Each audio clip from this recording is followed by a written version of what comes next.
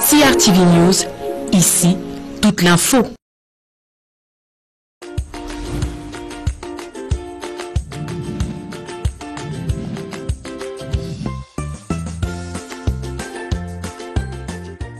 Bonjour et bienvenue sur CRTV News. C'est un inédit. Pour la première fois, une femme est à la tête de l'Union internationale de la presse francophone, section Cameroun.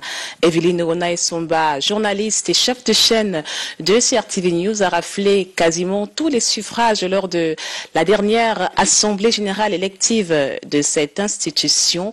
Elle est notre invitée du jour. Evelyne, bonjour.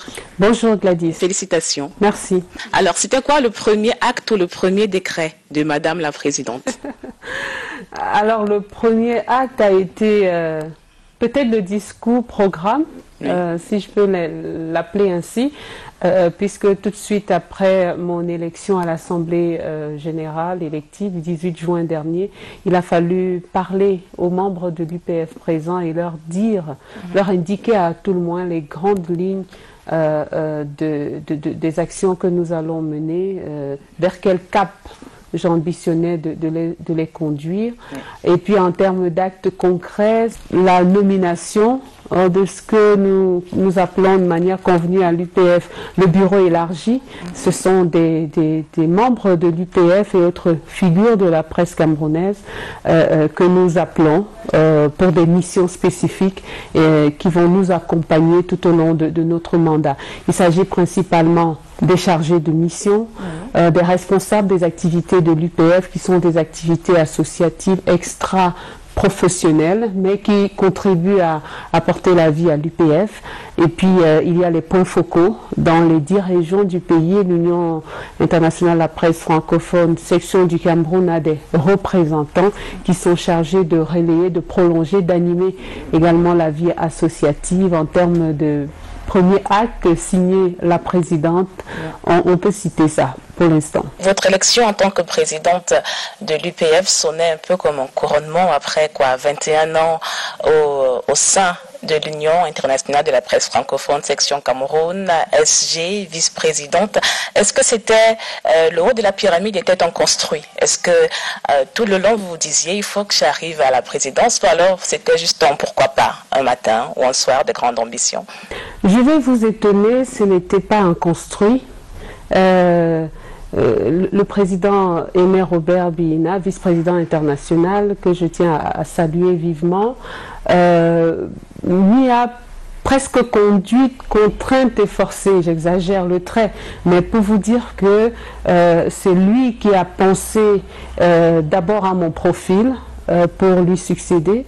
Je n'y suis pas allée d'un coup. J'ai beaucoup hésité en me demandant est-ce que je saurais porter les ambitions d'une association aussi prestigieuse, est-ce que je serais à la hauteur de succéder à Aimé Robert Bihina qui pendant 9 années a porté au nu l'UPF, lui a permis de faire le grand saut qualitatif qui a permis de construire l'institution qu'on a aujourd'hui solide sur le plan juridique, ayant remporté des victoires au plan international. Je parle des assises internationales de 2019 qui ont été un franc succès et qui restent dans les mémoires parce que, ironie du sort, depuis les assises de Yaoundé, l'UPF n'a pas pu tenir ces assises depuis du fait de la pandémie à coronavirus. Donc le dernier repère en termes d'assises, c'est Yaoundé. C'est quelque chose qu'on doit à Aimé Robert Bihina, c'est à son actif. C'est une association qui a grandi en prestige et qui s'est fait mieux connaître sur le plan national et sous-régional. Donc c'était est-ce que je vais y arriver, est-ce que j'ai envie de me hisser à ce niveau-là. Et puis après, je me suis laissée finalement interpeller par le poids des responsabilités. Vous avez rappelé un parcours, 21 années au sein de l'UPF, où j'ai été à l'ombre des 2 derniers présidents, Alain Blaise Batongué, dont j'étais la secrétaire générale, et Aimé Robert Bihina, dont j'étais la vice-présidente pendant 9 ans. Je me suis dit, s'il pense que je peux, j'étais tout près de l'action avec lui et j'en profite vraiment sincèrement pour le remercier pour cette école du management. Peut-être que lui me préparait à cela, mais moi je n'y pensais pas. en tant que tel. Et je me suis dit, voilà, nous avons semé ensemble, ce serait dommage que lui parti, le fruit de tout ce travail, ne puisse pas être valorisé comme cela se devrait. Ça peut paraître prétentieux, je ne dis pas que personne d'autre n'aurait pu le faire, mais dans l'environnement, le contexte qui était le nôtre, je me suis sentie obligée de répondre à l'appel de la responsabilité. Il y en a qui pensaient que c'était une élection de façade. Non, il a fallu convaincre les membres de l'UPF et convaincre d'autres acteurs de la scène médiatique qui observent, interagissent avec l'UPF et qui avaient d'autres idées. J'ai entendu beaucoup de choses, beaucoup de personnes se sont exprimées pendant l'avant et Assemblée générale élective. J'ai entendu des aspirations, des plaintes, des critiques qui étaient formulées à l'encontre de l'UPF, à tort ou à raison, parce que beaucoup parlaient, s'en référaient aux textes qu'ils ne connaissaient peut-être pas. J'entendais des mots comme alternance, j'entendais public-privé, des choses comme ça qui nous interpellent forcément dans la manière dont nous allons aborder ce mandat nouveau. L'idée étant que l'UPF reste ce qu'elle est, c'est une union. Je pense que ce mot au début dit tout. Ce n'est pas une association clivante. Nous ne sommes pas là pour envenimer les différences, les divisions ou ériger des cloisons. Nous travaillons pour une presse crédible. Justement, malgré les dissonances, vous avez été élu à 61 voix sur 63 votants. J'ai envie d'avoir votre appréciation du poids des défis, du poids de l'institution dont vous héritez. Vous ne le mesurez pas parce que j'essaye de garder le dos droit. Je suis presque voûtée là par le poids de ces responsabilités-là.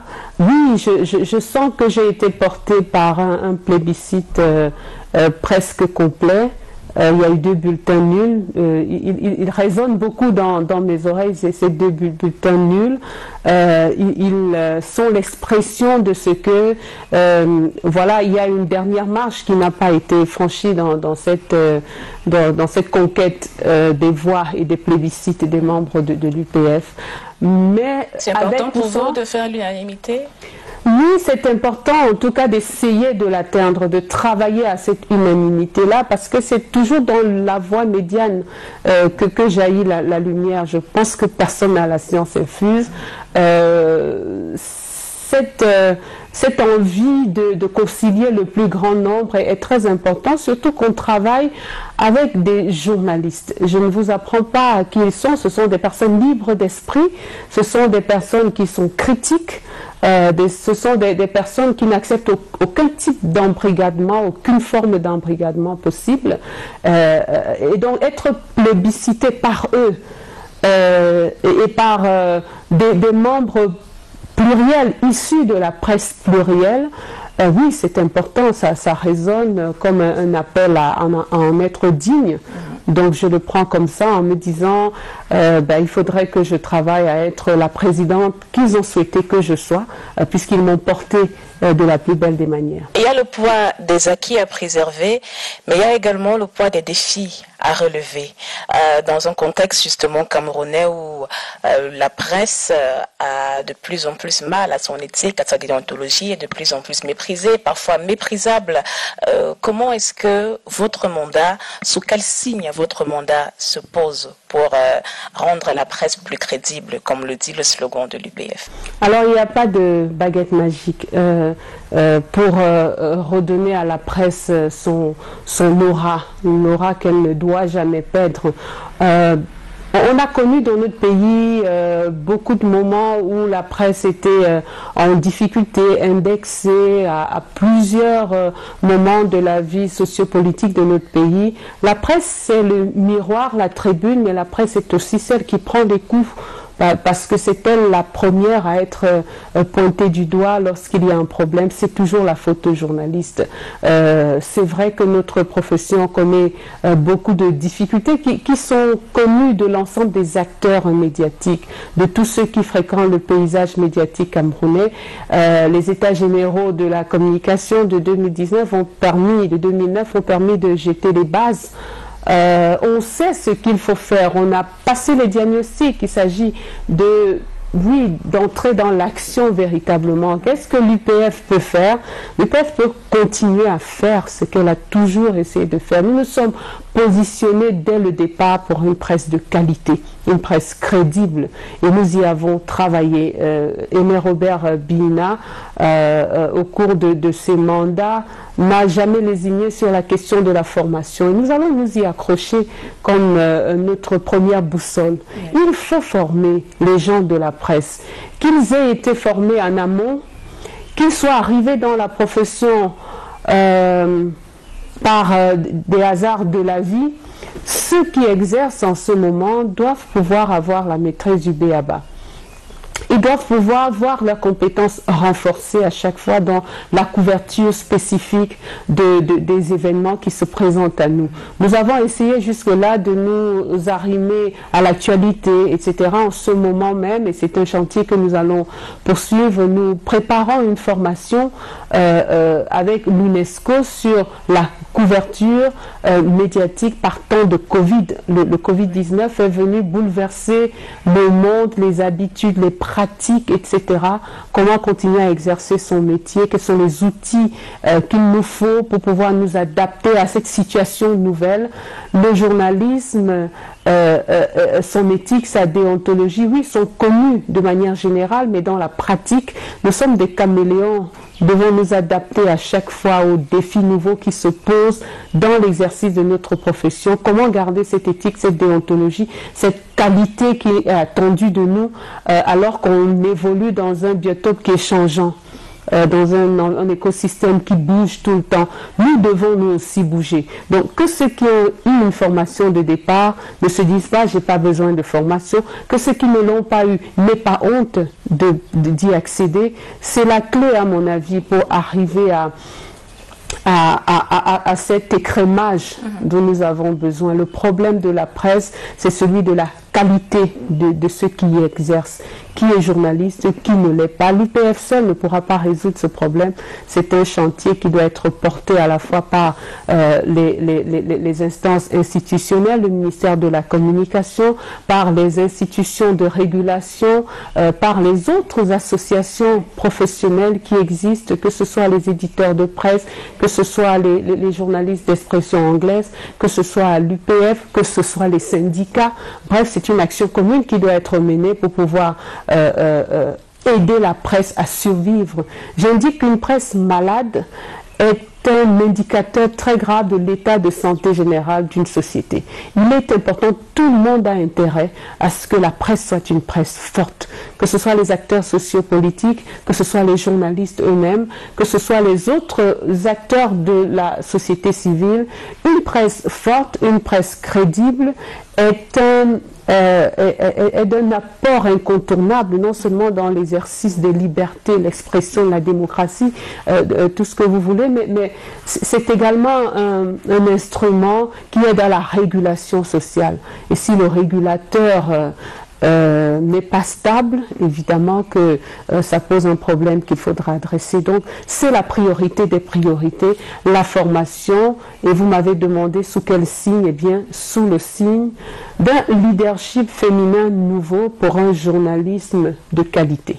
Justement, parmi les éléments du changement de biotope, il y a le numérique, la toile et le digital, justement, fait partie de vos axes d'action pour cette ère. Evelyne Ounaï-Somba, pourquoi c'est important d'investir les plateformes numériques en tant qu'institution? Alors, c'est important parce que d'abord, on n'a pas le choix. On est acculé jusqu'au bout par cette pression du numérique, du digital. On ne peut plus faire sans. Lorsque vous réveillez le matin, premier réflexe, vous faites le tour des plateformes, de votre WhatsApp, de vos réseaux sociaux, Facebook, Twitter, Instagram, etc., LinkedIn, vous allez voir ce qui se passe. Et parfois, il s'y passe tout et n'importe quoi. Comment le journaliste réagit à cela? Il ne peut pas être indifférent. Il est obligé de garder pied au milieu de ce tourbillon que sont les réseaux sociaux, parce qu'ils sont à la fois acteurs des réseaux sociaux, mais souvent l'actualité nous offre de beaux exemples chaque jour, victimes également de ces réseaux sociaux qui agissent comme un raz-de-marée, comme un véritable tsunami qui emporte tout. Emporte le bon, le mauvais, le bébé avec l'eau du bain.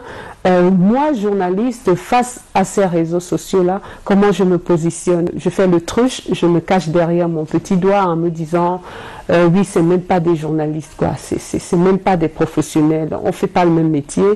Est-ce que j'y vais pour aller voir ce qui s'y passe en se disant comment je peux réussir à aiguiller autrement les mœurs, les manières de faire et d'agir dans cette immense toile, mais aussi y aller pour se dire quels avantages est-ce que je peux en tirer pour mon association, pour mon travail, mon exercice professionnel.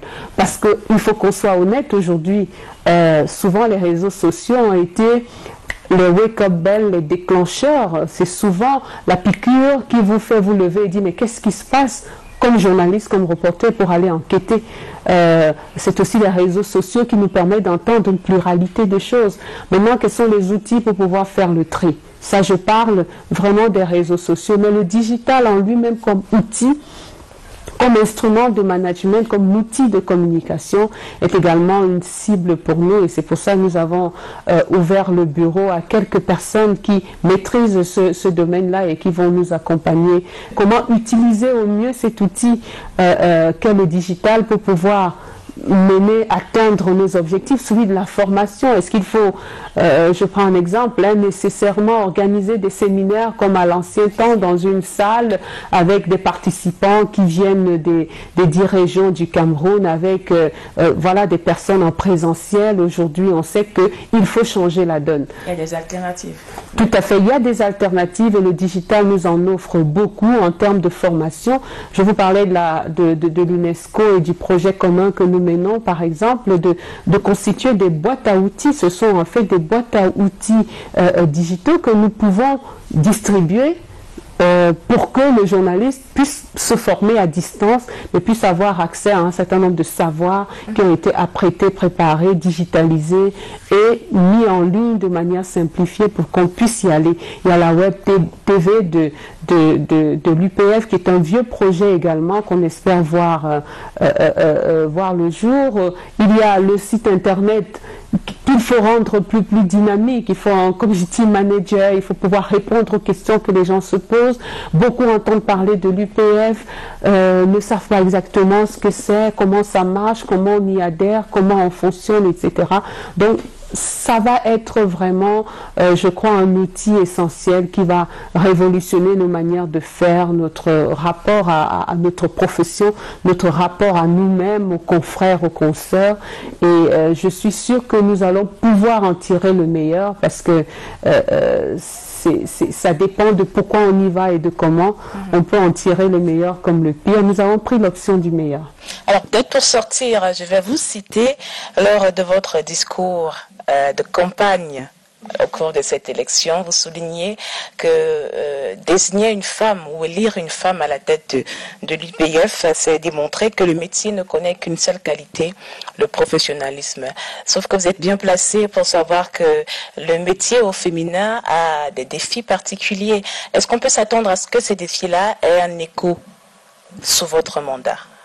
Je l'espère bien. D'abord, j'espère, au cours de ce mandat, rendre justice à toutes les consoeurs, à toutes les femmes des médias qui, je crois, constituent la plus grosse main-d'œuvre des médias aujourd'hui au Cameroun. Il n'y a qu'à voir les écoles de journalisme, les centres de formation. Sur une échelle de 1 à 10, vous avez des effectifs de 7 filles et demie sur 2,5 de garçons. Lorsque vous faites le tour des bulletins, des carnets de notes dans ces écoles et instituts, j'ai eu la chance de pouvoir tenir 1 ou 2 enseignements ici et là. On voit bien que ce qui se place au niveau élevé, ce sont des femmes. Mais lorsqu'on revient dans la pratique, dans la réalité de la pratique, on trouve très peu de femmes à des postes de responsabilité dans les médias. C'est en train de changer, mais c'est un mouvement qui est très lent. Il y a encore des domaines réservés. Il y a encore des domaines réservés où l'on dit « Ah, c'est un sujet sérieux, il faut y mettre un homme. On entend ça souvent. On est souvent également réduite à occuper les rangs de second, d'assistant. On nous a abandonné depuis longtemps les rubriques société, femmes, santé, etc., estimant que lorsqu'on parle d'économie, par exemple, les femmes ne savent pas de quoi on parle. Elles ne peuvent pas savoir de quoi on parle. Il y a encore quand même un certain nombre de préjugés autour des capacités des femmes à occuper des fonctions. Je ressens cela aussi comme un défi, comme une façon de dire à ces jeunes consoeurs que vous pouvez y arriver également à force de travail, à condition que vous ne considériez justement que le professionnalisme, parce qu'on ne jette pas forcément la pierre aux autres en disant le plafond de verre qui existe, ce sont les autres qui l'ont érigé. Nous avons également une attitude, nous femmes, dans ce métier, qui parfois prête à confusion, où on est souvent... On se présente d'abord comme des femmes avant d'être des journalistes. Moi, je préfère être une journaliste femme que d'être une femme journaliste, parce que derrière, il y a des connotations, il y a des choses qui ne sont pas amélioratives pour nous.